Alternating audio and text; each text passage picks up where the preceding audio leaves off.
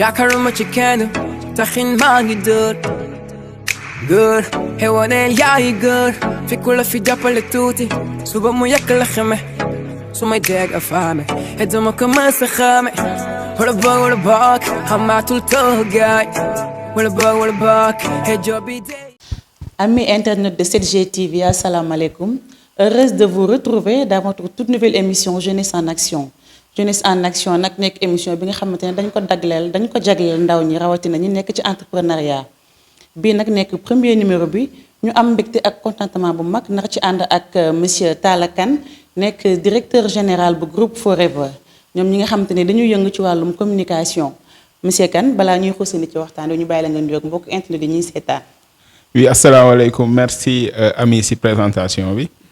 maa ngi nuyu internautes yëpp di nuyu les abonnés de 7G TV man maa ngi tudd Talla Kane nekk entrepreneur nekk fondateur et directeur général de Forever Group. léegi monsieur Kane ñu bëggoon xam rek yan activité ngeen di faral di def ci Forever Group. waaw en fait Forever déjà c'est une entreprise qui évolue dans le milieu de la communication et des médias. Nous sommes une agence de communication boo xamante ne on fait lu ñuy wax graphic design mooy conception des supports de communication lépp loo xamante ne mooy logo affiche flyers lépp loo xamante ne ci wàllum publicité lay dem et que aussi print mooy impression numérique donc tey dañuy imprimer tout ce qui est bâche impression numérique bâche vinyle one way et que aussi tout ce qui est sérigraphie tey t-shirt casquette. Wala lépp loo xamante ne gadget la wala support de communication la et que aussi dañuy accompagner entreprise ci seen transformation digitale donc moo nekk sunu pôle digital donc en gros Forever Group actuellement sunu agence de communication mooy évoluer ci trois domaines mooy que ne graphic design ak print ak digital. donc monsieur Kane ñu bëggoon a xam yan genre client ngeen di faral di am en général. Ouais, en fait, d'habitude, nous, on travaille, nous avons des types de clients diversifiés. Mais nous, notre objectif principal, c'est de travailler avec les entreprises. On favorise le B2B. Madame, business to business. Business to business, lié à l'entreprise directement. Moi, mon activité principale. On favorise le B2B, lié à l'entreprise. Mais n'empêche, on reçoit aussi des clients particuliers accompagnés, que ce soit dans l'informel, que ce soit nous débuter ci seen activité da leen accompagner parce que nos portes sont ouvertes à tous les clients. Mais aussi on travaille avec les grandes boîtes de la place comme lu ci mel ni CCBM, on travaille avec CCBM et Adafri. Il y a aussi des organismes internationaux comme France Volontaire, on travaille avec eux. Il y a la maison de la création d'entreprise aussi, ce sont les clients yoo xamante ne ñu da leen accompagner ci seen communication. Bonne façon de communication ngeen di accompagner entreprise par rapport à ça. Bon, ça dépend si demande client bi. Am na ñoo xamante ne on les accompagne dans la création graphique. Par exemple ñoom ñu bëgg a créer seen entreprise soxla logo affiche flyers ñu propose leen charte graphique. Aujourd'hui y a des clients yoo xamante ne ñoom li ñu soxla mooy accompagnement si seen communication digitale. Et que ñoom am nañ réseaux sociaux. xamuñu ñoom ni ñu koy gérer wala bëgg nañ am visibilité sur le net. Donc ñun on a un pôle digital vous composez d'un chef de projet digital ak community manager ak un designer ñoom ñoo composé pôle digital léegi ñoom ñooy accompagner entreprise proposer leen ay packs yoo xamante ne vraiment c'est accessible ñoom ñu mën leen a gérer seen communication sur réseaux sociaux que ça soit Facebook Instagram léegi sur toutes les plateformes digitales. Voilà léegi nag ñu bëggoon a xam en général yéen depuis kañ ngeen créé kii bi entreprise bi di Forever Group. Ouais, entreprise, je peux dire que j'ai eu l'idée en 2017, dès ma deuxième année de formation, si je ne me trompe pas. Donc, 2017, là, j'ai eu l'idée de créer une agence de com. Et que là, j'étais en tant qu'étudiant et que j'avais un téléphone portable. Et qu'avec mon téléphone, je pouvais faire des affiches, des flyers avec des applications mobiles. C'était pas très professionnel, mais ak clients yi mënoon naa leen proposer ay affiches pour ñoom ñu communiquer ci réseaux sociaux yi donc je travaillais particulièrement avec des tailleurs ñoo xam ñu ngi ci secteur informel yi. De façon plus simple quoi. Ouais, simple. Donc là je faisais des conceptions me proposer ko sur WhatsApp ñu intéressé ma leen defar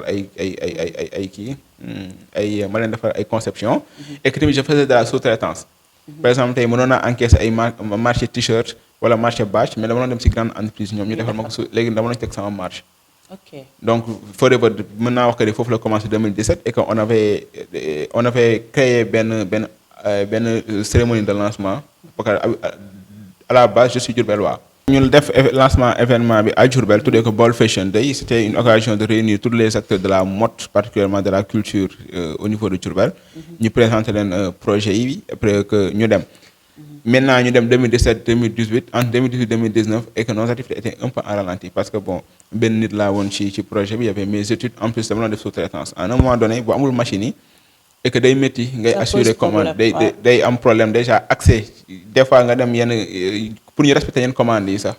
day nekk problème donc à un moment donné ñu diversifier nekk yenn activité parce que je suis entrepreneur nekk ma ci Forever Group donc y a d'autres entreprises yoo xamante ne ñun ñoo ngi koy gérer taxawal nañ ko depuis 2017 aussi donc ñu nekkoon ci yenn activités yi donc mën naa wax que ne après ci parcours bi bañ ñëwee ba 2020 ci lañ formaliser décembre 2020 la ñu formaliser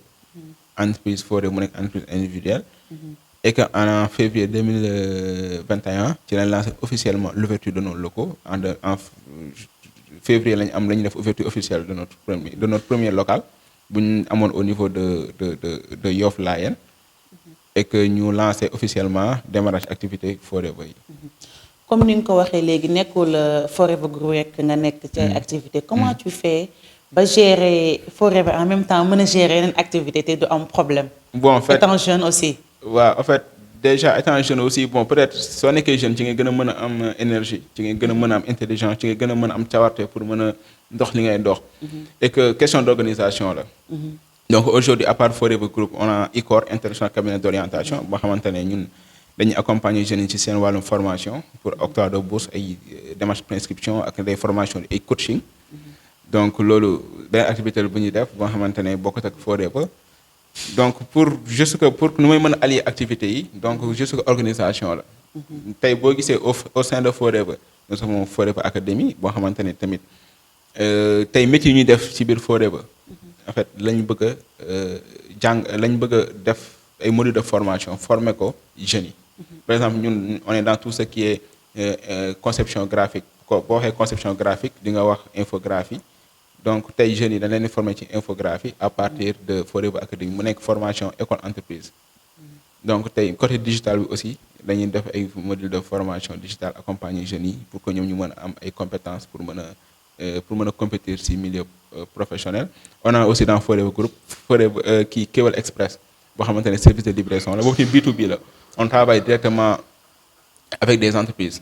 donc restaurants yi lañuy liggéeyal et que ce sont des packs mensuels yoo xamante ne suñu livré dañuy liggéey ak ñoom directement. après sa formation wala sax avant ngay pare sa formation. nga choisir créer entreprise. au lieu que ngay dem di ñu lay embaucher lan moo la gën a motiver ak tamit lan nga gën a dund ci métier bi. loo xamante ne nii naqari na la ci début. parce que c'est pas aussi tamit évident étant jeune. nga pare formation juste nga ne da ngay créer entreprise au lieu que nga dem ñu embaucher la. waaw en fait man au début j'avais une phrase benn phrase boo xamante ne man ça me faisait vivre quoi en fait man moo la ma dundal et que lépp lu ma doon def ci phrase boobu laa doon ko tënkee moo nekkoon que ne l'entrepreneuriat n'est plus un choix mais une obligation pour tous. Tout à fait. donc man je me disais que ne am na benn moment booy tool en fait tey amatoo choix di dem da ngay wuti liggéey wala da ngay xaar état. en fait c'est obligation pour yow nga entreprendre. et que tey le fait que ma gën a mën a ma choix entrepreneuriat c'est un choix boo xamante ne en fait fait yu koy justifier dafa bëri. par exemple côté tey par exemple aujourd'hui dañuy Sénégal boo amul bras long doo mën a am accès ci entreprise doo mën a am stage. et que man tey damay xool bon samay parents amuñu entreprise aw ma nijaay bu am entreprise aw ma mag bu am entreprise aujourd'hui man maa ngi ci formation professionnelle j'ai fait formation marketing communication. je me suis dit que ne man léegi su ma defee sama formation pendant 3 ans et que ma nekk taaw. nekk soutien de famille. il va falloir ma def yeneen 2 ans wala 3 ans yoo xam ne damay wutee stage yoo xamante ne peut-être c'est pas rémunéré wala te li lay rémunéré du ci mën a faj sa soxla. et que aussi tamit awma benn nijaay boo xamante ne tey su ma paree wala benn papa boo xam ne su ma paree dina ma indi sa CV ma déposer la. mën na la assurer emploi donc je me suis dit que ne man en fait bokkuma en fait ci catégorie de personnes yoo xamante ne tey favoriser nañ leen seen insertion mu yomb. en fait sama insertion maa ko doon mën a créer sama bopp. donc je me suis dit que ne bon dama toog di xaar kenn donc au cours de ma formation amoon naa ay compétences côté création graphique je suis très à l'aise avec mon smartphone mën naa def ay affiches flyers boo xamante ne mën na satisfaire quelques clients mën naa ci am benn 5000 francs wala benn 10 000 francs boo xamante ne nga nekk étudiant bon di nga ci mën a faj say soxla di nga ci mën a dimbale ñi ngi ci mën a di nga ci mën a dimbale donc tey fee yooyu yëpp boo ko jëlee moom moo motivé que au cours de ma formation ma lancé projet bi quoi dire que ne je vais créer une agence de communication donc pour accompagner entreprise ci seen communication parce que en fait avant tout communication c'est ma passion j'aime communiquer man tout ce que je fais je communique donc sa formation loolu nga suivre. marketing comme laa def donc marketing comme laa def et que man dans ma vie j'aime beaucoup communiquer donc soo xoolee ci interview si di nga xam ne kii dafa bëri wax donc c'est vrai c'est tout à fait normal il faut communiquer pour s'en sortir. effectivement c'est ça donc peut-être fait yooyu boo ko jëlee xam nga famille bi nga jógee ak Sénégal tamit environnement bi nu mu demee en fait j'ai fait le choix vraiment d'entreprendre lancer projet bi au cours de ma formation et que mu métti woon trop et que tey li ma gënoon métti mooy que ne tey Sénégal en fait on se fixe des limites te nag boo nekkee ndaw nga ambitieux nga ne damay teg projet damay def lii on te dit que ne da ngaa góog wala da ngaa yàkkamti defal ndànk et que tey aux États-Unis wala en France tey boo demee da ngay gis benn jeune boo xam ne à 17 ans il est milliardaire wala mu ngi def ay levée de fonds ay milliards. Tout à fait. Donc pourquoi pas tey un jeune sénégalais un jeune Baol ñëw à Dakar et que mu imposé wu et que mu am ambition tey nag boobu ba léegi nag ñu ngi sant yàlla parce que bon idée bi en 2017 lañ nekkoon 2018 ba 2021 aujourd'hui 2022 donc on a un local am effectif donc tey li ma gënoon métti daal moo nekkoon tey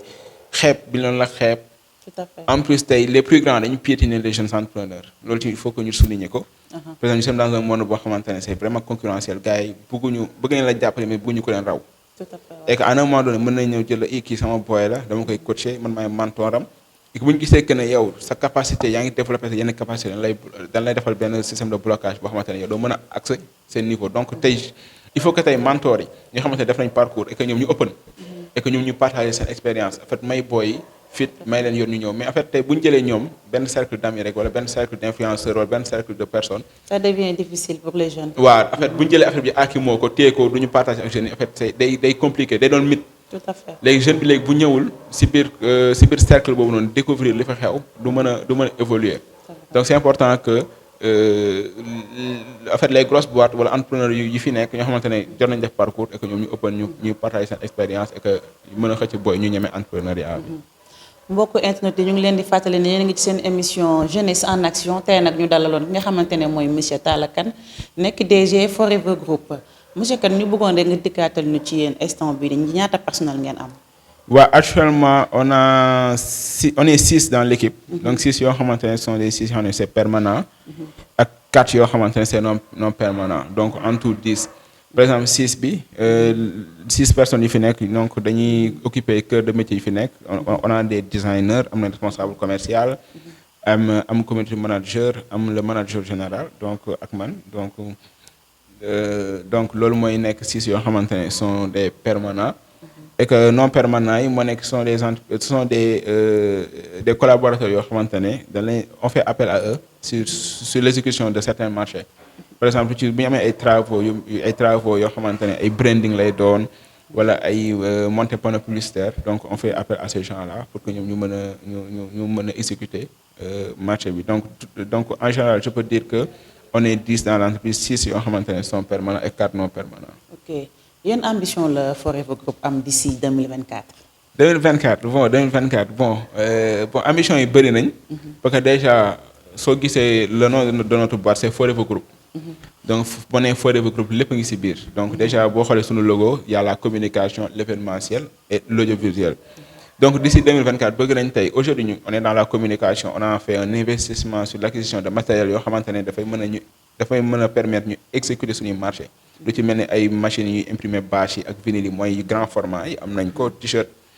flocage yeeg affaire yooyu yëpp dañ koy def donc mën nañ wax que ne instant yi communication même bu ñu amagul lépp am nañ la base loo xamante ne tey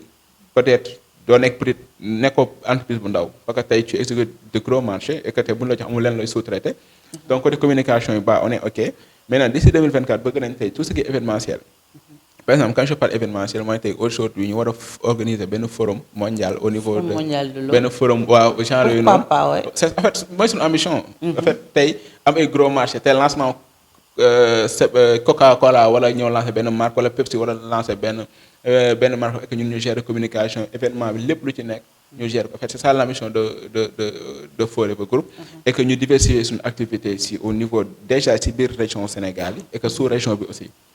à l'intérieur du pays et que sous région bi du ci mel ni ay Côte d'Ivoire et Burkina et Mali bon on veut bien proposer notre expertise sénégalaise parce que tey ce qu'on fait graphic design audiovisuel quel ku ne ak sa touche personnelle donc tu vois les sous-régions kii bi sous-région bi ñoom li ñu proposé ak li ñu proposé donc ñun mën nañ dem foofu na ñu compétir ak ñoom parce que ça reste dans le cadre du business quoi. donc loolu moo nekk ambition Forever yi et que tey ñu mën a am ay employés mën a jàpp ci chômage bi et que jeunes yi mën a am liggéey am ay salaire yu baax ci boîte yi quoi. Tout à fait comme ni nga ko waxee léegi être présent dans la sous-région c'est très bien aussi pour que mën a visualiser mën a gën a ràññee Forever ci monde entier bi est-ce que yéen am ngeen yeneen locaux ci yeneen régions yi à part Dakar wala pour le moment fii rek ngeen nekk. Non, pour le moment on est à Dakar. Pour le moment on est à Dakar. N'empêche on travaille dans les autres régions par exemple à Mbour ak Diourbel. Donc là-bas on travaille par rendez-vous. On a un client mu xam ne dafa ñu soxla et que ñun bu fekkee dafa soxla suñu déplacement on peut se déplacer à Diourbel ñu recevoir ko. Donc ñu discuter ak moom marché bi et que ñu mën a conclure ak ñu à Mbour aussi on parle là-bas souvent pour des travaux. Donc bon c'est que ñun suñu métier nag waa fépp lañuy dem. waaw donc suñu métier des fois nga am ay benn entreprise bu bëgg a kii monter ay panneaux publicitaires am affaire yu def décoration locale am. et fu mënti nekk Sénégal dañ koy on est très mobile dañ koy ne fekk foofu noonu et que ñu gérer ko mais pour le moment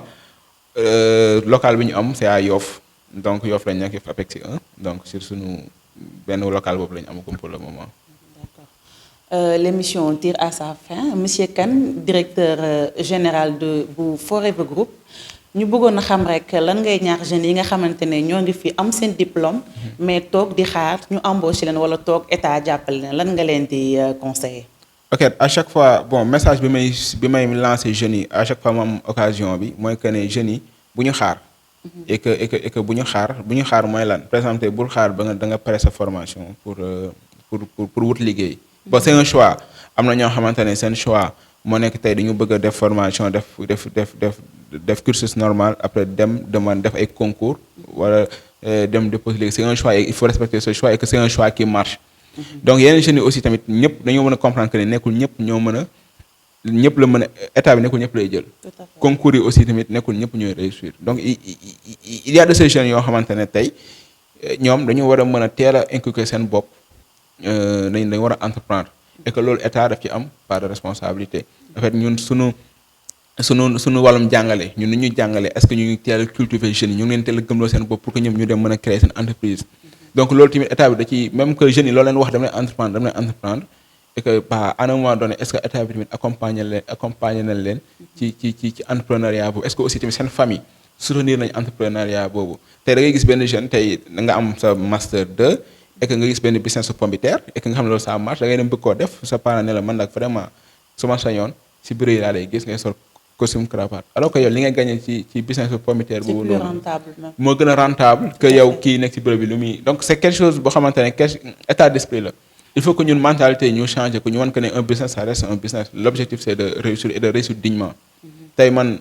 personnellement man mënuma toog ci bureau je suis pas un bureaucrate toog ci bureau 8h 9h après dem ñibbi sol ko ci cravate je suis un homme de terrain donc il faut que des jeunes yi tey ñoom ñu teel a inculquer seen bopp valeurs yooyu nga xam que ne ñoom kenn ku ne si ñoom am nañ benn talent boo xam ne muy nekk ci yow que ça soit nga def comptabilité que ça soit nga def commerce international que ça soit nga nekk fac droit ak foo mënti nekk